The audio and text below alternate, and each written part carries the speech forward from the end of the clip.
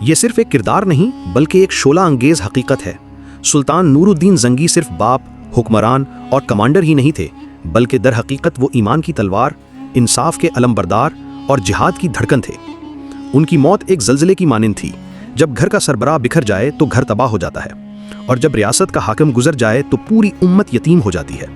اور جب حکمران بھی سلطان نور الدین زنگی جیسا ہو، جس نے اپنی ساری زندگی جہاد کے لیے وقف کر دی۔ جب سلطان نور الدین زنگی نے اپنی آخری سانس لی تو نہ صرف ایک چراغ بجھ گیا بلکہ تاریخ کا ایک روشن مینار تاریکی میں ڈوب گیا۔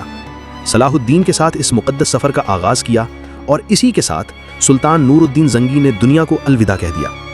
یہ تعلق خون سے نہیں بلکہ ایمان، عزت، عقیدت اور غیرت کی زنجیر سے جڑا تھا۔